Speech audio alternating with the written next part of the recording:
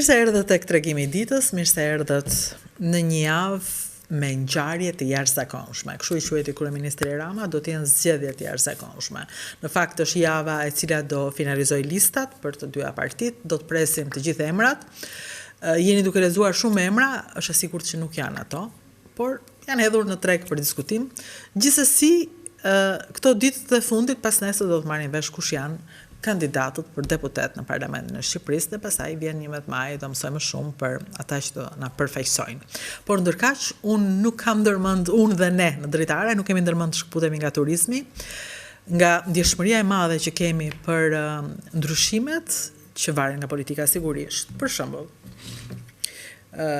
rikonstruktohet rruga e Komanit, është një prej titujve të sotshëm në dritare, nuk është lajm i sotshëm, në fakt ka nisur në një rrugë për 31 kilometrash, ka nisur 10 kilometrat e parë të rrugës edhe më të dëmtuar, ka nisur puna, do të mbaroj, kam përshtypjen, është një rrugë që do të mbaroj shpejt, rëndësi ka që nisi. Aty problemi ishte që nuk niste, dhe mbase njerëzit mendonin turizëm ka.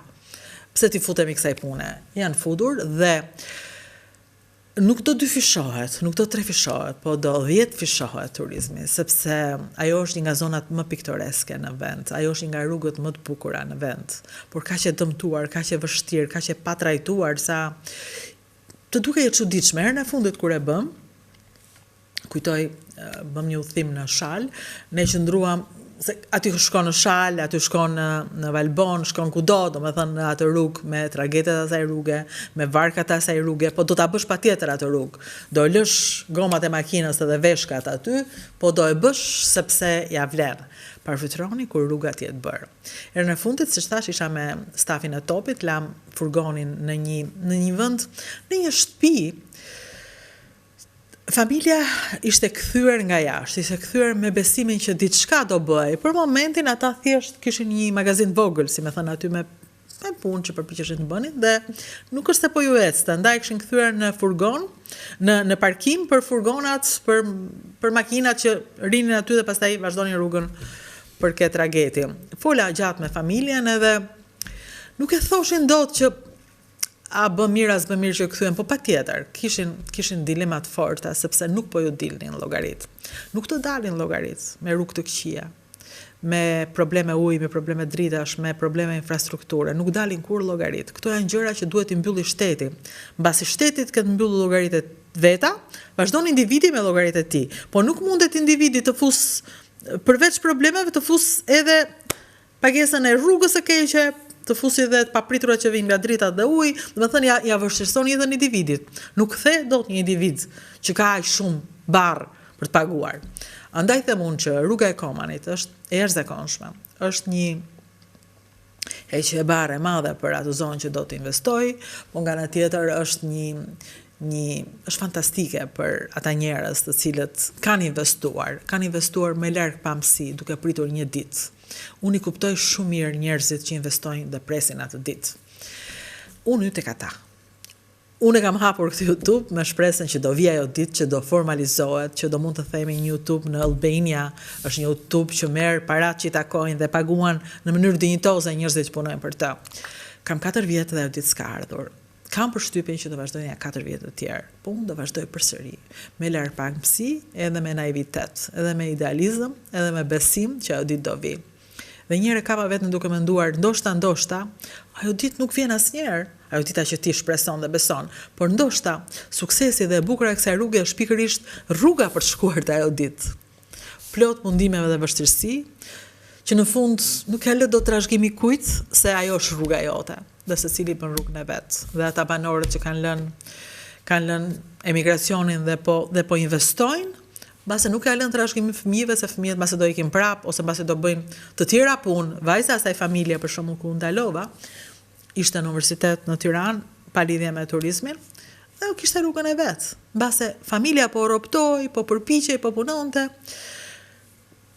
për një punë që s'do alinte askush, po ata po përpiqeshin për atë ditë. Kështu që unë për ata mendova, kur mësova që rruga e Komanit ka nisur, për atë familje, që do t'i ikte një barë, do i shtoj një mundësi, dhe i kujtova të gjithë me radhë, sa të dashur, sa të qeshur, sa të mirë ishin, dhe dua t'ju them përshëndetje, ju e dini që po flas me ju. Ndërkaq që regjia më shoqëron me pamjet nga ai takim dhe nga ajo rrugë e pabëshme, po që më në fund do bëhet, e cila pastaj do na çojë në një parajs të zbuluar për shumë kënd, por jo për të gjithë. Tani do të bëhet një parajs më e kapshme dhe më e kontrollueshme, se këtë të bën rruga. Do ta kontrollojmë më mirë atë parajs, nuk do lejojmë kaq kollaj që të hedhim plera në atë ujë magjik. Nuk do lejojmë kaq kollaj që ta ndosi çdo lloj varke, do ketë kontrolli.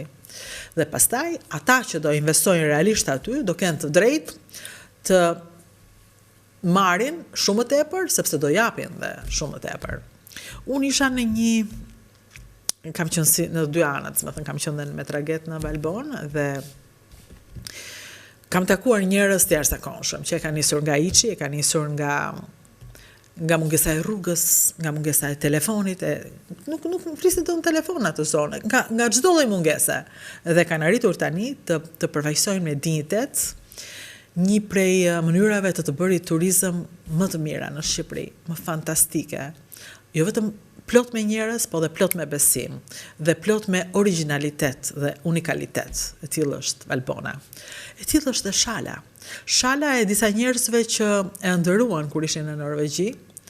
Shumë e bukur ishte historia atyre njerëzve. Babai e sillte nga herë dhe i thoshte: "Këtu ka pasur shtëpi gjyshi.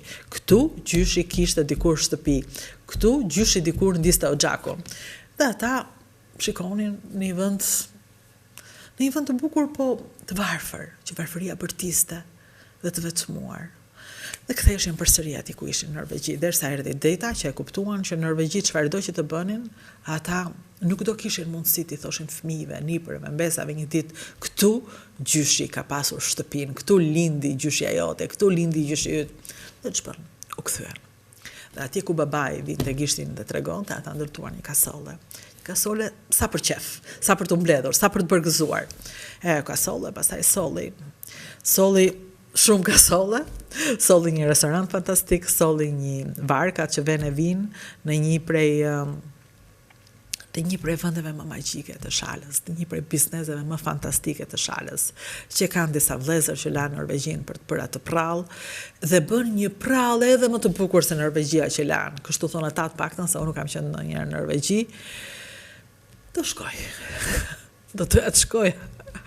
Do doja të thoja, edhe pse udhimet e mia të jashtëzakonshme janë brenda vetes, brenda vendit, brenda këtyre shtëpive që nga një kasolle ndërtojnë agroturizma, ndërtojnë hotele, ndërtojnë resorte, ndërtojnë me dashuri, me pasion, me guxim, edhe me besim që do ju kthehet. Do i marrin ato para dhe do e paguajnë kredin. Kështu bëjmë të gjithë. Unë besoj te njerëzit e punës se unë jam një prej tyre. Dhe andaj çdo javë mundohem ta nis me një tregim për punën me shumë pasion, për ta treguar dhe për t'i uruar ata kur hapin fronte të tilla, siç është fronti i Komanit dhe madomendja patjetër qeveria nuk e vë fare ndyshim, po të mos do qeveria nuk bëhet, por është dhe ngacmimi vjen prej kryetarit të ri të bashkisë. Më në fund ka kryetar bashkie në Shkodër, Urime. Komani, Urime, Shkodra, Urime, Veriu. Prandaj duhen kryetar bashkie që ta nxisin punën për te majtë ndjath, se siç e ndjejmë edhe vetë në këtë botë, ideologjia është postuar edhe po flitet me një gjuhë tjetër. Gjithsesi, Urime për Komanin, u shtofshin turistët. Mbaroj sa më shpejt kjo rrugë, u shtofshin turistët. Dhe mos harroni, aty nuk do ketë vetëm turizëm ujrash edhe ushqimesh, do ketë turizëm historik. Atje fshihet një histori e madhe që kur të tregohet e gjitha, sepse arkeologët e dinë dhe mbajnë për vete, kur të dali dhe të tregohet, do shikoni sa shumë njerëz për turizëm historik, kulinar, natyror do ketë në atë zonë. Ajo zonë do jetë një nga krenarit tonë më të mëdha, edhe më shumë se që është. Jam e lumtur për gjithë ata njerëz që e kanë nisur punën pa e ditur që do vinte kjo ditë, por duke ndjerë që kjo ditë do vinte. Po vjen. Regjistrohet tek Dritare Televizion dhe Rudina Xhunga, janë dy kanale të cilat përpiqen të flasin, të tregojnë, të bëjnë më të mirën për hapësirën rreth vetes që ndajmë, por edhe për hapësirën që ndajmë me ju në diasporë, në emigracion, kudo që jeni, edhe keni ndërtuar Shqipërinë tuaj atje.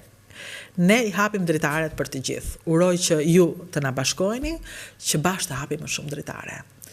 Ka që thjesht është një subscribe, thjesht ja këtu, subscribe, u bë, mirë se erdhe.